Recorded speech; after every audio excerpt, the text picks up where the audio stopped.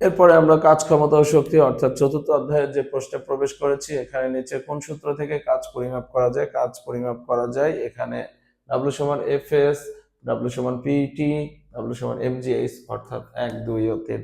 নিচের কোনটি কাজের একক? কাজের একক হচ্ছে আমরা জানি জুল, কিন্তু আমরা ডাব্লিউ সমান যদি এফ এসটা ব্যবহার করি, বলের একক ছিল KG metre per second square into সরণের একক হচ্ছে মিটার অর্থাৎ KG metre square per second square অর্থাৎ KG metre square per second square. Option গ।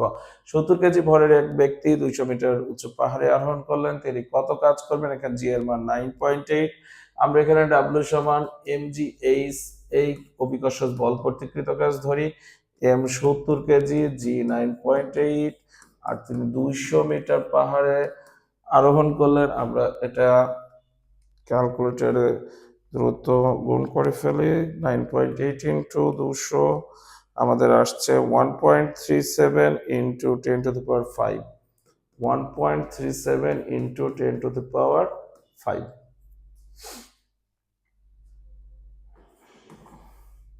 অনেকের ক্যালকুলেটরে এটা আসবে 1,37,200। তো ওইটাকে আমরা সাইন্টিফিক ভ্যালুতে প্রকাশ করলে 1.37 ইন্টু 10 টু দি পাওয়ার 5 খুব সহজে চলে আসবে। আচ্ছা, কাজের মাত্রাটা আমরা মুখস্থ রাখি। ml স্কয়ার টি ইনভার্স 2। নিশাত মজুমদার 10 কেজি মালামাল নিয়ে 850 মিটার উচ্চ পাহাড়ে আরোহণ করলে তার নিজের ভর 55 কেজি, অর্থাৎ মালামাল সহ কিন্তু তার ভরটা হিসাব করতে হবে। অর্থাৎ এখানে m এর ভ্যালুটা হচ্ছে 55 প্লাস 10 অর্থাৎ 65। এখানে হাইট এইচ দেওয়া আছে, হাইট যখনই দেওয়া থাকবে তখন কৃতকাজের সূত্র আমরা ব্যবহার করব mgh অর্থাৎ 65 ইন্টু 9.8 ইন্টু 850। আমরা 65 ইন্টু 9.8 ইন্টু 850 ক্যালকুলেশন করলে পাই 5.4। 5.4 5.4 একটাই আছে 5.4। আমরা পরবর্তীতে তারপরে মিলিয়ে নিব 10 টু দি পাওয়ার কত আছে, 10 to the power 5 joule. Next প্রশ্নে চলে আসে। 4 মিটার ব্যাসার্ধের বৃত্তাকার পথে এ বিন্দু থেকে একটি বস্তু যাত্রা শুরু করে আবার এই বিন্দুতে, খুব খেয়াল করে দেখো, এ বিন্দু থেকে যাত্রা শুরু করে আবার এই বিন্দুতে, অর্থাৎ বস্তুর সরণ শূন্য। এ সময় বস্তুটির উপর 100 নিউটন। আর কোনো কিছু দেখার দরকার নেই, কৃতকাজ বের করতে বলেছে। আর কৃতকাজে আমরা জানি ডাব্লিউ সমান এফ এস।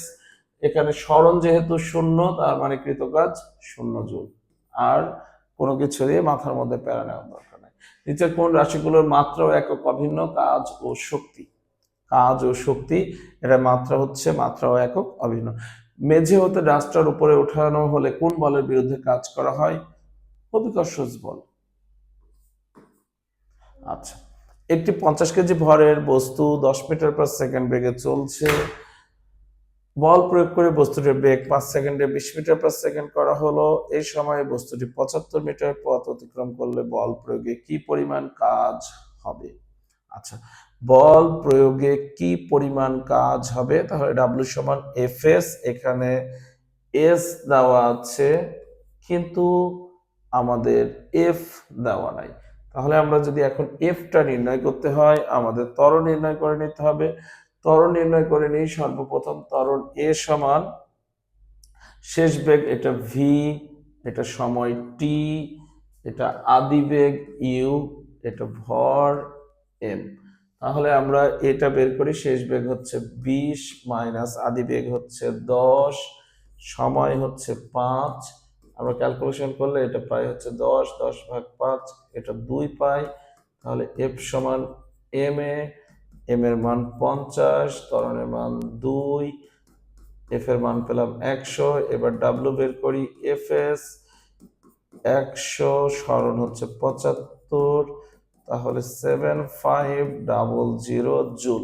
7500 জুল, অর্থাৎ অপশন খ 163 নম্বর প্রশ্নের উত্তর।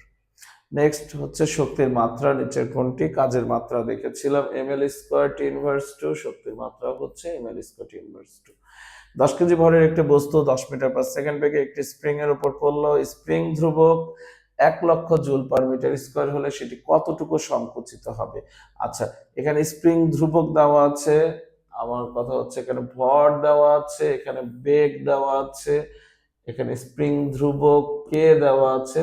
তো আমরা জানি স্প্রিং এর ক্ষেত্রে সঞ্চিত শক্তি যেহেতু পড়লে এত বেগে একটা মানে গতিশক্তি স্প্রিং এর উপর পড়ছে, তাহলে গতিশক্তি স্প্রিং এর যে সঞ্চিত শক্তি হাফ কে এক্স স্কোয়ার সমান, আমরা এখানে গতিশক্তির সাথে সম্পর্ক ধরে দুইটা সমান ধরলাম, তাহলে বা এখান থেকে হাফ হাফ বাদ গেলে এখানে আমরা এক্স এর ভ্যালু বের করি M V square divided by K root. তাহলে আমরা এখানে মানগুলো বসিয়ে দিই, এম এর মান 10, ভি এর মান হচ্ছে 10 স্কোয়ার, কে এর মান হচ্ছে 1,00,000। আমরা ওভারঅল ক্যালকুলেশন করে দেখি এখানে কত আসে। এখানে 10 ইন্টু 100 ডিভাইডেড বাই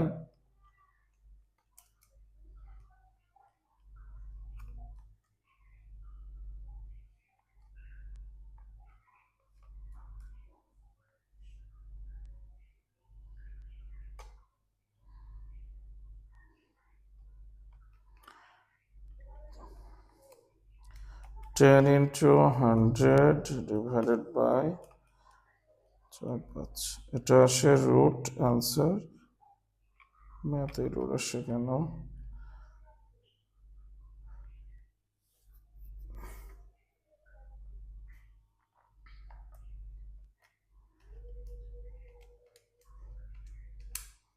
এক হাজার ভাগ 1,00,000, 0.01। সেটি কতটুকু সংকুচিত হবে? 0.1 0.1 ক্যালকুলেশন করলে অ্যান্সার ক আসছে। নিচের কোনটি চালাতে হলে বিদ্যুৎ শক্তির প্রয়োজন হয় না? বিদ্যুৎ শক্তির প্রয়োজন হয় না জেনারেটর চালানোর ক্ষেত্রে, এটাতে হচ্ছে যান্ত্রিক শক্তি আর কি, ডিজেল বা কোনো পেট্রোল প্রয়োজন হয়। ব্যাটারি বা তড়িৎ কোষ কোন শক্তি ব্যবহার করে তৈরি করে? রাসায়নিক শক্তি। এরপরে চলে আসি 1 কেজি ভরের বস্তুকে 12 মিটার পার সেকেন্ড বেগে এ অবস্থান থেকে ছুড়ে মারা হলে এটি ভূমির সি বিন্দুতে আঘাত করলো বস্তুটি। আচ্ছা, বস্তুটি আদিতে 72, আচ্ছা গতিশক্তি সূত্র half M V square, half into 1 into 12 square. তো আমরা 12 স্কোয়ার ভাগ 2, 72, এটা খুবই সুন্দরভাবে সঠিক উত্তর। সি বিন্দুতে 12 মিটার পার সেকেন্ড, অর্থাৎ যে বেগে নিক্ষেপ করা হয় ঠিক সেই বেগে আঘাত করে। দুইটা অপশন আমরা সঠিক পেয়ে গেছি। যান্ত্রিক শক্তি সংরক্ষণশীলতার নীতি মেনে চলবে, অবশ্যই মেনে চলবে 1, 2 ও 3, যেহেতু বাতাসের বাধা এখানে কোনো কিছু নাই।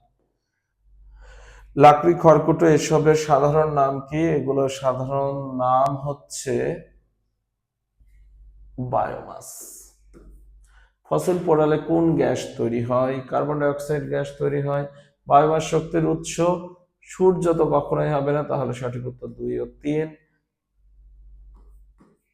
পদার্থের অভ্যন্তরস্থ অণুগুলোর গতিশক্তি কি রূপে প্রকাশ পায়? অভ্যন্তরস্থ অণুগুলো গতি শক্তি নয়, তাপ শক্তি রূপে প্রকাশ পায়।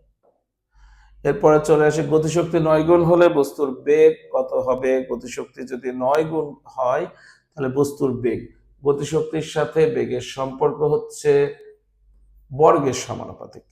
তাহলে গতিশক্তি 9 গুণ, তাহলে ভি কত গুণ হবে?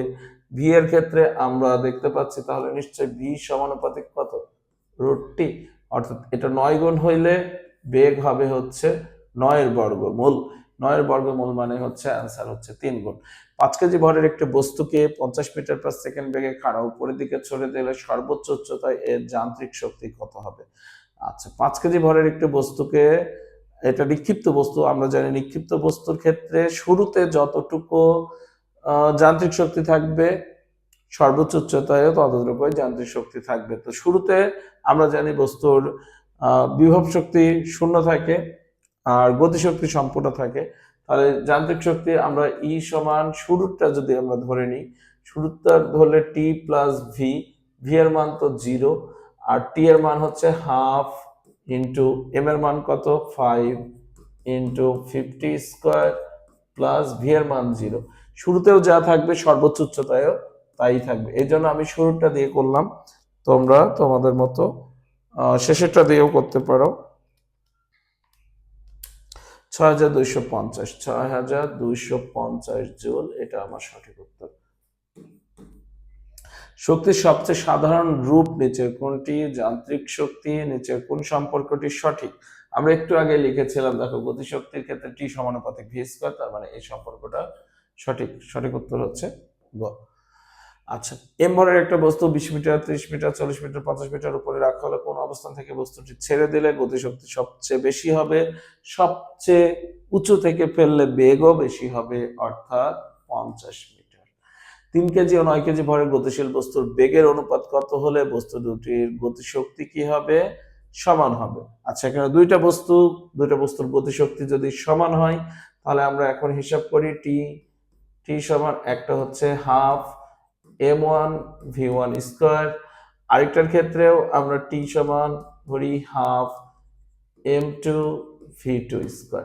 আর দুইটা যেহেতু গতিশক্তি সমান হবে, তাহলে আমরা অনুপাত কত ধরবো? অনুপাতের ক্ষেত্রে আমরা এখানে ব্যবহার করি হাফ m1 v1 স্কয়ার সমান হাফ m2 v2 স্কয়ার। তাহলে হাফ হাফ বাদ চলে গেল।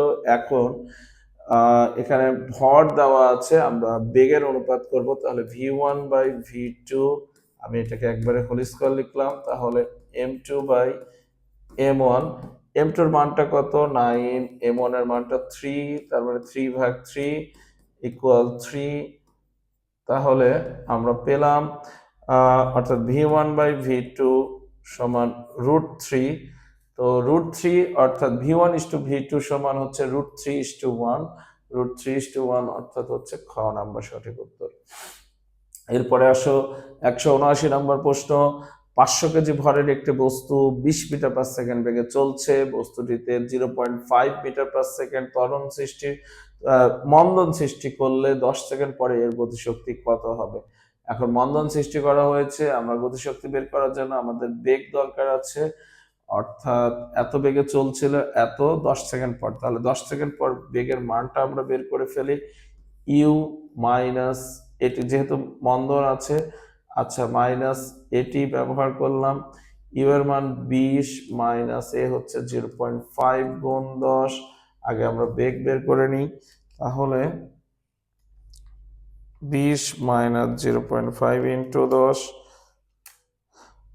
15। তাহলে আমরা এখানে পেলাম 15 যদি পেয়ে থাকি, তাহলে আমরা 15, এখন আমরা টি বের করি, টি সমান হচ্ছে হাফ mv স্কয়ার, তাহলে 1/2 ইন্টু 500 ইন্টু 15 স্কয়ার। আমরা দেখি ক্যালকুলেশনে কত আসে, ইন্টু 500 ইন্টু 15 স্কয়ার, 56,250। 56,250কে আমরা যদি সায়েন্টিফিকে প্রকাশ করি, তাহলে 5.65 ইন্টু 10⁴। কোন বস্তুর ভর অর্ধেক করা হয়েছে, বেগ 4 গুণ করলে গতিশক্তির পূর্বের কত গুণ হবে? ভর অর্ধেক করা হয়েছে, আমরা এটা একটু ক্যালকুলেশন করি। ক্যালকুলেশন করে আমরা দেখি যে সমাধানে আমাদের কি আসে।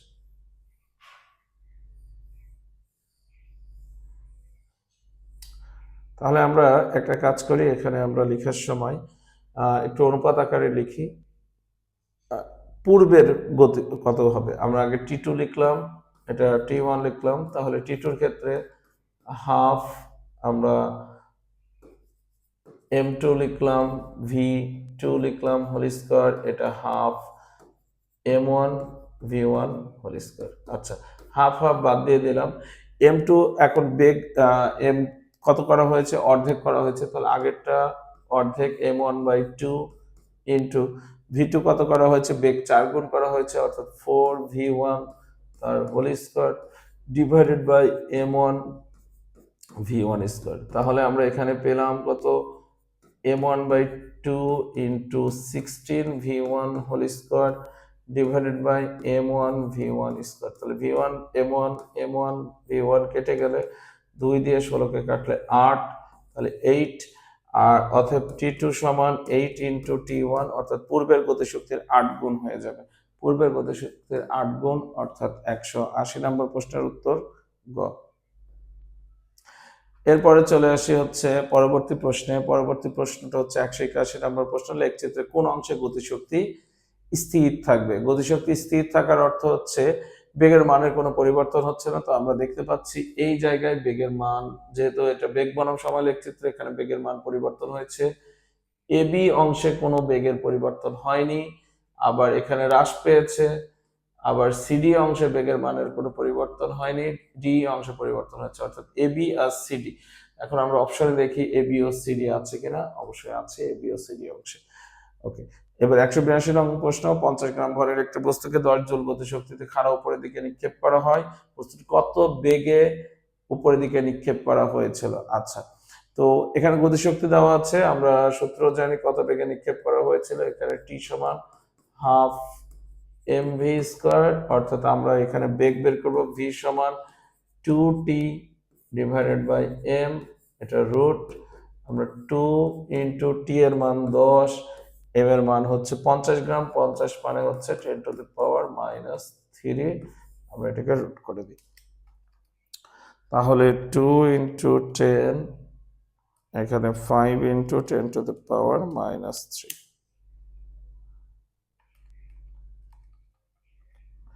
50 into 10 to the power minus 3, অর্থাৎ 20। এখানে সঠিক উত্তর হচ্ছে গ 182। আচ্ছা, 60 কেজি ভরের একজন দৌড়বিদের গতিশক্তি 1920 জুল হলে তার বেগ কত? আমরা সেম প্যাটার্নে করব, v সমান 2t বাই m। তাহলে 2 আমরা এখানে বসিয়ে দিই, 2 ইন্টু 1920 ভাগ m এর মান হচ্ছে 60, 2 ইন্টু 1920 ভাগ 60, আমরা ক্যালকুলেশন করলে এখান থেকে পাচ্ছি হচ্ছে v এর মান 8 মিটার পার সেকেন্ড। নিচের কোনটি স্প্রিং ধ্রুবকের একক নয়? স্প্রিং ধ্রুবক f সমান kx, অর্থাৎ k সমান আমরা f বাই x। আচ্ছা, এখন আমরা একটু দেখে নিই, বলের একক নিউটন, এটা হচ্ছে মিটার, নিউটন মিটার, এটা সঠিক। আচ্ছা, এখন আমরা দেখি কেজিতে যদি রূপান্তর করি, নিউটনকে কেজিতে রূপান্তর করলে KG metre per second square ভাগ এম, তাহলে এম এম কেটে গেলে KG metre per second square. তাহলে এটা যদি হয়ে থাকে তাহলে আমাদের এটা হবে না, কারণ এটা কেজি পার সেকেন্ড। আচ্ছা, আমরা পরেরটা চেক করলাম না, কারণ অলরেডি আমরা একটা ভুল পেয়ে গেছি। আচ্ছা, এখানে 20 গ্রাম ভরের একটা বস্তু নিচের দিকে পড়ছে 500 সেন্টিমিটার উচ্চ হতে, বস্তুটি মাটিতে পড়তে 4.12 সেকেন্ড সময় লাগলো। উদ্দীপকের ক্ষেত্রে বস্তুটির ওজন হবে কত? উদ্দীপকের ক্ষেত্রে বস্তুটির ওজন, এখন ওজনের ক্ষেত্রে আমরা W সমান mg, অর্থাৎ 20 ইন্টু, আমরা এটাকে আগে কেজিতে প্রকাশ করে নিই, ইন্টু 9.8, আমরা ক্যালকুলেশন করি 20 ইন্টু 10 ইনভার্স 3 ইন্টু 9.8, অর্থাৎ 0.196 নিউটন, এটা আসলো 0.196 নিউটন, এটা সঠিক পেয়ে গেলাম। বস্তুটি সমবেগে গতিশীল কখনোই না, কারণ পরন্ত বস্তুর ক্ষেত্রে ত্বরণ কাজ করে, ত্বরণ কাজ করলে সমবেগ হবে না, তাহলে 1 ও 3, এটা সঠিক উত্তর, 1 ও 3 নম্বর সঠিক উত্তর। আচ্ছা, পি বিন্দু থেকে 10 কেজি ভরের একটি বস্তু মুক্তভাবে নিচের দিকে পড়ছে, পি বস্তুটির, আর পি বিন্দু থেকে 10 কেজি ভরের একটি বস্তু মুক্তভাবে নিচের দিকে পড়ছে, পি বস্তুটি অর্ধেক উচ্চতায় বস্তুর মোট শক্তির অর্ধেক। হ্যাঁ, এই ধরনের অঙ্কের ক্ষেত্রে পড়ন্ত বস্তুর ক্ষেত্রে, বিনা বাধায় পড়ন্ত বস্তুর ক্ষেত্রে সব সময় যতটুকু উচ্চতা থেকে নিচের দিকে ফেলা হবে ঠিক তার অর্ধেক উচ্চতায় গতিশক্তি এবং বিভব শক্তি সমান হয়। যেহেতু গতিশক্তি ও বিভব শক্তি সমান হয়, তাহলে গতিশক্তি হবে কি মোট শক্তির অর্ধেক, এটা সঠিক। গতিশক্তি বিভব শক্তিতে রূপান্তরিত হচ্ছে, উপর থেকে নিচের দিকে পড়তে থাকলে বিভব শক্তি গতিশক্তিতে রূপান্তর হয়, অর্থাৎ গতিশক্তি বিভব শক্তিতে রূপান্তর হয় না, তাহলে এটা ভুল। তাহলে সঠিক উত্তর হচ্ছে 1 ও 3, দেখলাম আমরা 1 ও 3 পেয়েছি অপশনে।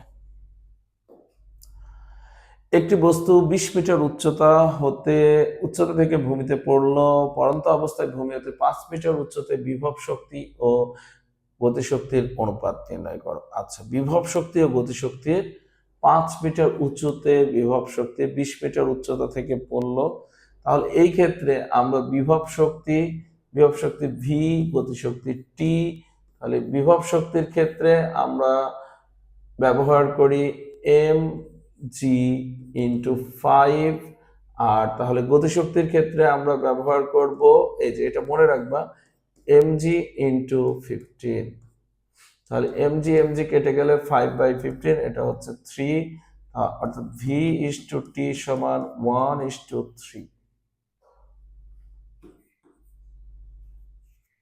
তোমরা অঙ্ক করতে করতে অভ্যস্ত হয়ে গেছে, এখন এটা বুঝতে পারবে। আচ্ছা, পি বিন্দু থেকে 10 কেজি ভরের একটি বস্তু মুক্তভাবে নিচের দিকে পড়ছে, আর বিন্দুতে বিভব শক্তি কত? আর বিন্দু বিভব শক্তি মানে ভূমি থেকে উচ্চতা, তাহলে আর পর্যন্ত হাইট কত? টোটাল 60 মিটার, এইটুকু আছে 40 মিটার, তাহলে 60 থেকে 40 বিয়োগ করে দিলে এইটুকু আমরা পাচ্ছি 20 মিটার।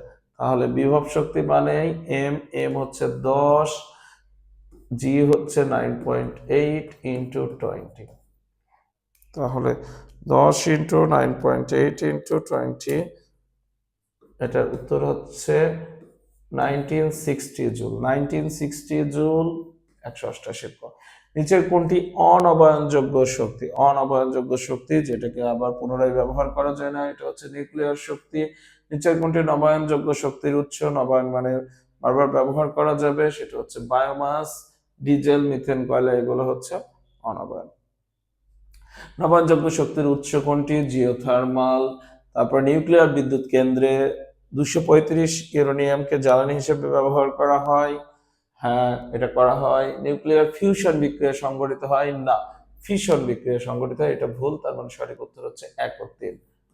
তারপর নিউক্লিয়ার বিদ্যুৎ কেন্দ্র পরিবেশের জন্য ঝুঁকিপূর্ণ, কারণ নিউক্লিয়াস বজ্র অনেক তেজস্ক্রিয়, ইহা থেকে নিউক্লিয়ার বিদ্যুৎ কেন্দ্রে কার্বন ডাই অক্সাইড গ্যাস উৎপন্ন হয় না, তাহলে এটা ভুল। তাহলে 1 ও 3, এটারও সঠিক উত্তর 1 ও 3। আচ্ছা, কোন সূত্রের সাহায্যে ভর শক্তিতে রূপান্তরিত করা যায় E=mc²? এই প্রশ্নটা এত সহজ হলো, বারবার পরীক্ষায় আসতে দেখা গেছে। ইউরেনিয়ামের ক্ষেত্রে প্রকৃতিতে 0.7% ইউরেনিয়াম আছে, সঠিক উত্তর। 143টি প্রোটন ও 92টি নিউট্রন আছে, এটা আমরা একটু দেখে নিই। 235 আর 92 ইউরেনিয়াম, আমরা 235 বিয়োগ 92 করলে আমরা নিউট্রন পাবো, এটা 3, এটা 4, এটা 1। নিউট্রন হচ্ছে 143 নিউট্রন, এটাতে আছে 92, তার মানে এটা ভুল, তাহলে সঠিক উত্তর 3। 1 ও 3, এটাও খ নম্বর সঠিক উত্তর। প্রকৃতিতে ইউরেনিয়ামের পরিমাণ একটু আগে দেখলাম 0.7%। ফিউশনের জ্বালানি কোনটি? ফিউশনের জ্বালানি হচ্ছে হাইড্রোজেন। ফিউশন কি? গড়া, আর ফিশন হচ্ছে ভাঙা। ইউরেনিয়াম নিউক্লিয়াসকে উচ্চ শক্তি সম্পন্ন নিউট্রন দ্বারা আঘাত করলে নিম্নোক্ত নিউক্লিয়ার বিক্রিয়া সংঘটিত হয়, সেটা হচ্ছে ফিশন। একটি ইউরেনিয়াম নিউক্লিয়াসের সাথে একটি নিউট্রনের ধাক্কায় কয়টি নিউট্রন বেরিয়ে আসে? মোট নিউট্রন বেরিয়ে আসে 3টি। ক্ষমতার মাত্রা কোনটা? ml²T⁻3। আমরা পরেরটা চলে আসি, ক্ষমতার মাত্রা অলরেডি আমরা দেখে ফেললাম। তারপরে হচ্ছে 70 কেজি ওজনের একজন ব্যক্তি 5 মিনিটে 100 মিটার উচ্চ পাহাড়ে ওঠে, তার ক্ষমতা কত ওয়াট? ক্ষমতা সূত্র পি সমান আমরা এটা ব্যবহার করব mgh/t। ডাব্লিউর জায়গায় আমরা mgh ব্যবহার করেছি, এম এর মান 70, জি এর মান 9.8, এইচ এর মান 100, আর সময় কত? 5 মিনিট, 5 ইন্টু 60। তাহলে আমরা দেখি 70 ইন্টু 9.8 ইন্টু 100, এখানে 5 ইন্টু 60, আমরা পেলাম হচ্ছে 200।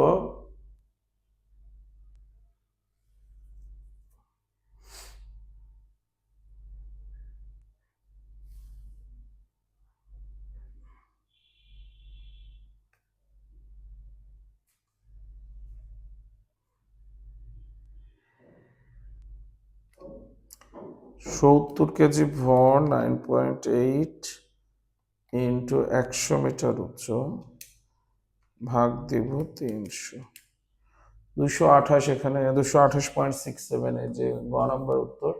500 ওয়াট ক্ষমতার একটি তড়িৎ মোটর দ্বারা 10 সেকেন্ডে একটি 15 কেজি ভরের বস্তুকে 20 মিটার উচ্চতায় তোলা হলে শক্তির অপচয় কত হয়েছে?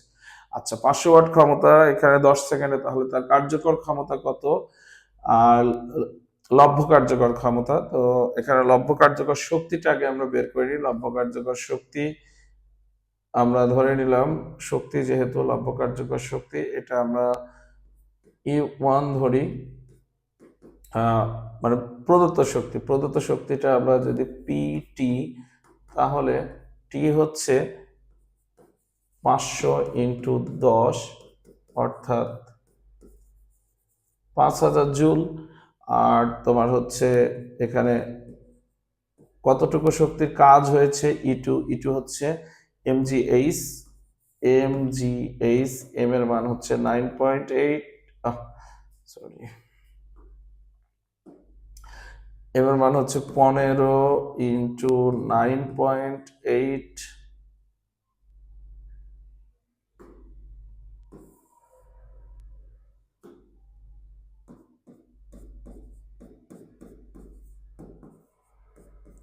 আর এইচ হচ্ছে 20।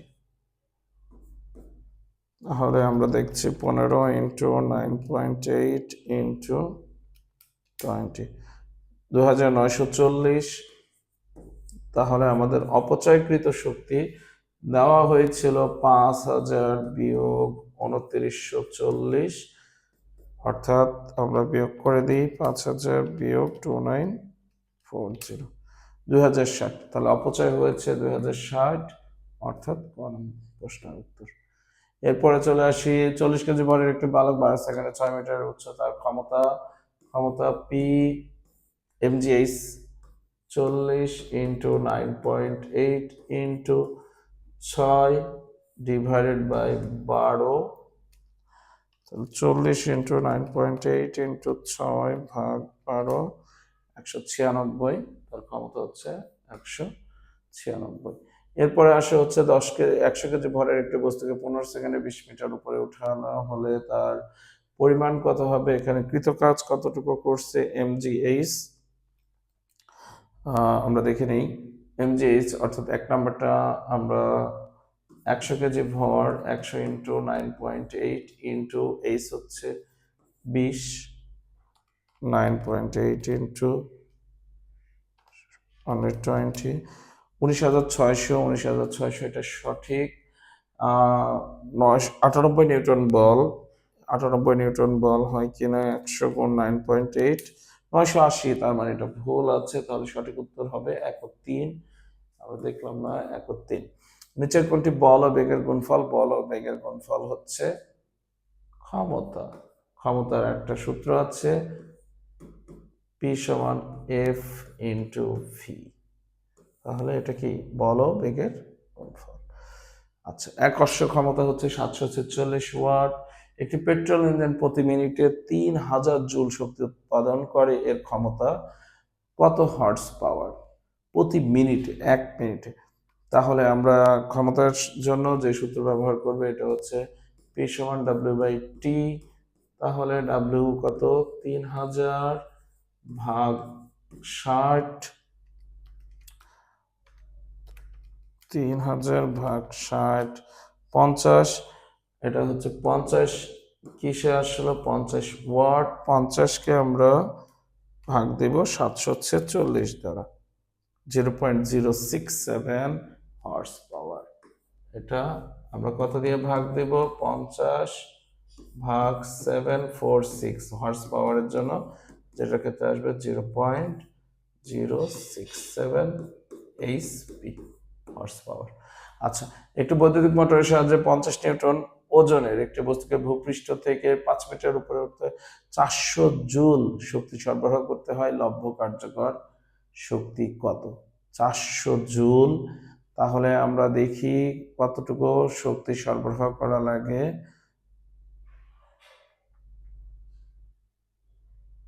400 জুল শক্তি, লব্ধ কার্যকর শক্তি কত হবে? লব্ধ কার্যকর শক্তির ক্ষেত্রে আমরা জানি ই সমান mgh। তাহলে mg মানেই তো বস্তুর ওজন, এটা 50, h হচ্ছে 5, 5 5 25, 250 জুল। লব্ধ কার্যকর শক্তি হবে হচ্ছে 250 জুল। প্রশ্ন, 4.9 কিলোওয়াটের একটি মোটর ব্যবহার করে 20 সেকেন্ডে একটি বস্তুকে 40 মিটার উপরে ওঠাতে 50,000 জুল শক্তির অপচয় হলো মোটরটির। এখন আমাদের তিনটা অপশন, প্রদত্ত শক্তি। এখন প্রদত্ত শক্তিটা কত? প্রদত্ত শক্তি আমরা যদি বের করি, আমরা প্রদত্ত শক্তি ই সমান আমাদের যেটা মোটরের ক্ষমতা এবং সময়টা ব্যবহার করি, সেটা হচ্ছে পি এর মান হচ্ছে 4.9 কিলোওয়াট আছে। কিলোওয়াটকে আমরা 1000 দ্বারা গুণ করলাম, আর সময়টাকে আমরা হচ্ছে 20 সেকেন্ড দ্বারা গুণ করলাম। অর্থাৎ আমরা টোটাল ক্যালকুলেশনটা করে ফেলি। টোটাল ক্যালকুলেশনটা হচ্ছে 4.9 ইন্টু 1000 ইন্টু 20, অর্থাৎ 98,000। কত? 98,000 জুল। এটা হচ্ছে মোটরের প্রদত্ত শক্তি। আর শক্তির অপচয় হয়েছে কত? 50,000 জুল। এটা কিন্তু শক্তির অপচয়। তাহলে আমরা লাভ কতটুকু পাচ্ছি? আমরা ধরে নিলাম লাভটা হচ্ছে ই প্রাইম। তো ই প্রাইম সমান আমরা এই ই থেকে অপচয় শক্তিটা E1 ধরি, তাহলে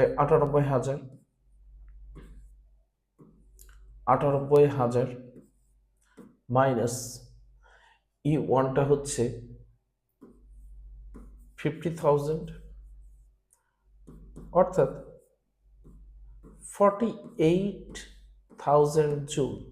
এখন আমরা কিন্তু প্রদত্ত শক্তি একটা কারেক্ট পেয়ে গেছি, এখন কর্মদক্ষতা আর কি নির্ণয় করছি। তো কর্মদক্ষতার ক্ষেত্রে আমরা যেটা করে থাকি সেটা হচ্ছে ইটা সমান এই যে লব্ধ কার্যকর শক্তি ডিভাইডেড বাই আমরা ইটা বের করি।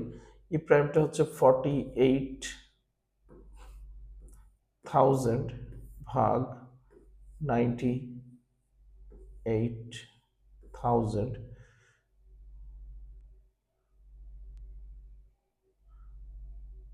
ইন্টু 100%। তো আমরা ক্যালকুলেশন করে কি পাই? 48 divided by 98 গুণ 100, 48.97। সো কর্মদক্ষতাও মিলে গেল। এখন আসি কাজ করার হার। তো কাজ করেছে কত? 48,000। কত সেকেন্ডে করেছে? কাজ করার হারই কিন্তু ক্ষমতা। তো আমরা দেখি এখন ক্ষমতাটা নির্ণয় করে দেখি। এখন আমরা শেষ পর্যন্ত ক্ষমতা আমাদের কত আসে।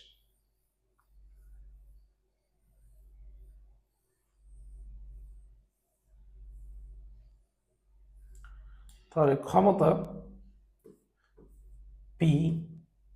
পি হচ্ছে W/T। তো কাজ করেছে কত? 48,000 ডিভাইডেড বাই 20। 48,000 ভাগ 20, 2400 ক্ষমতা। তাহলে 2400 ওয়াট, এটাও সঠিক। তাহলে কর্মদক্ষতাও সঠিক। সব মিলিয়ে উত্তর কত? 1 2 ও 3। এরপরে চলে আসি, একটি ক্রেন দ্বারা 10 কেজি ভরের কোনো বস্তুকে 2 মিনিটে 10 মিটার উচ্চতায় ওঠানো হলো।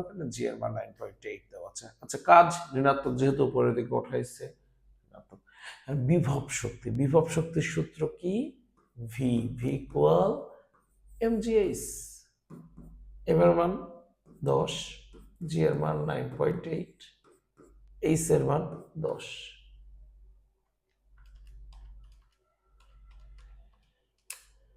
নয়শো আশি, বিভব শক্তি 980 যে। ওকে, ফাইন। এখন কার্যকর ক্ষমতা বের করে ফেলি। পি কতটুকু? এই বিভব শক্তিকে আমরা ভাগ দিয়ে দিই সময় দ্বারা। 980 ভাগ 2 মিনিট, 2 মিনিট অর্থাৎ হচ্ছে 120 সেকেন্ড, 8.16 না। তাহলে সঠিক উত্তর কত?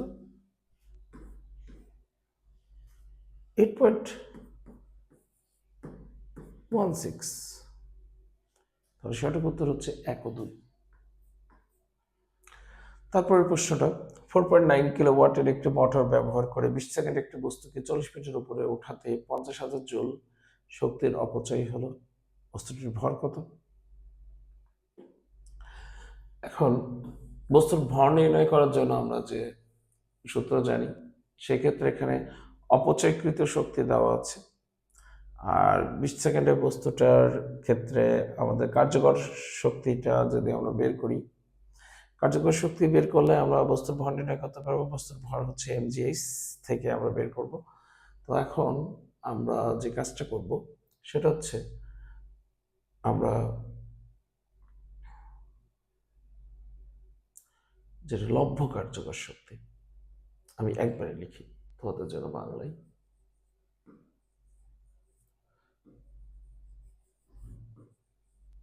লব্ধ শক্তি মোট প্রদত্ত শক্তি থেকে অপচয়কৃত শক্তি আমরা বিয়োগ করে দিব। ওকে, আর লব্ধ শক্তি মানে সূত্র কত? mgh। মোট প্রদত্ত শক্তি ওই যে PT মাইনাস E1। তাহলে আমরা বের করব কত? m বলতে P এর মান কত? P এর মান 4.9 কিলোওয়াট। কিলোওয়াটকে 1000 দ্বারা গুণ করি, সময় 20 second, minus 50,000 joule, divided by G এর মান 9.8, এইচ এর মান 40। আমরা একবার অ্যান্সারটা বের করে ফেলি। আচ্ছা, 4.9 ইন্টু 20 ইন্টু 1000, এটা 98, উপরেরটা আসবে হচ্ছে 48,000 ক্যালকুলেশন করলে, আর নিচেরটা আসবে হচ্ছে 99.8 40 392 392। তাহলে 4948000000 ভাগ 392 122.44 122.448 120 ক নাম্বার উত্তর। এরপরে আসি নিচের কোন সম্পর্কটি সঠিক। আচ্ছা, তো আমরা এখানে দেখতে পাচ্ছি যে সম্পর্কটা আসলে দেওয়া, এটা হচ্ছে সরল দোলকের দোলনকালের সূত্র T সমান 2 √L/g। তো এরকম কোনো সম্পর্ক এখানে T সমান একটা আছে G/L, তার মানে এটা হবে না। আমরা এটাকে একটু বর্গ করে দিই, তাহলে বর্গ করে দিলে এটা T স্কয়ার, এটা হচ্ছে 4π², এটা L/g। তাহলে আমরা এটাকে যদি টি স্কয়ার, এদিকে আছে টি স্কয়ার বলে কোনো কিছু নাই, তাহলে আমরা জিটাকে যদি এই পাশে নিয়ে আসি 4π² L/g, তাহলে জি 4π² L/g, 4π² L/g না, L/t L/t square, L/t square যে সমান 4π² ঘ নম্বর উত্তর। নিচে কোন সম্পর্কটি সঠিক? f এর সমান -kx u প্লাস f, এটাও না, f s সমান -kx। তারপরে একটি লম্বা সুতায় 30 গ্রাম ভরের এক টুকরা ঝুলিয়ে দিলে দোলনকাল কত হবে? এখানে 30 গ্রাম ভর, m 1 মিটার লম্বা, এটা হচ্ছে l, ঝুলিয়ে দিলে দোলনকাল t সমান 2π √L/g। আরেকটা সূত্র আছে T সমান 2π √m/k। m আছে, k নাই, l আছে, g এর মান আমরা জানি, তাহলে আমরা এটা ব্যবহার করি 2 into shift pi into root, l এর মান 1, g এর মান 9.8। আমরা যদি মানটা বসিয়ে দিই, সকল মান বসিয়ে দিলে এখানে আসছে 2.007, অর্থাৎ আমরা এটাকে 2 এর সমান ধরতে পারি, অর্থাৎ 2 সেকেন্ড। নিচের কোন সমীকরণটি সঠিক?